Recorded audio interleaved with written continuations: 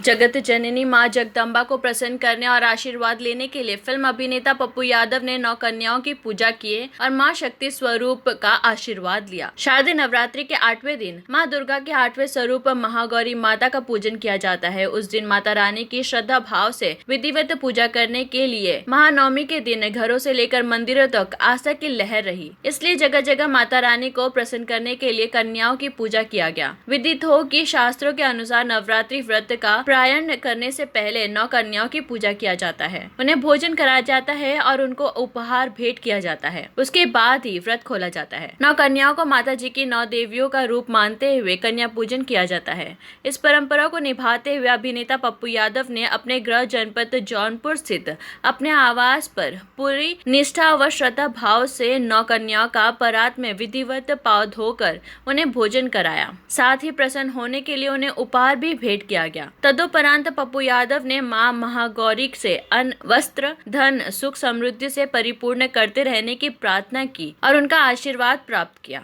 गौरतलब हो कि पप्पू यादव ने मेगा स्टार व सांसद रवि किशन की भोजपुरी फिल्म पंडित जी बताई ना बिहा कब हुई 2 से अब तक जितनी भी भोजपुरी फिल्मों में अभिनय किया है, उन्होंने दर्शकों के बीच में अपनी खलनायकी में अलग छाप छोड़ी है। इन दिनों वे एक से बढ़कर एक फिल्मों की शूटिंग में व्यस्त चल रहे हैं और साथ ही समय निकाल कर समाज सेवा भी करते रहते हैं।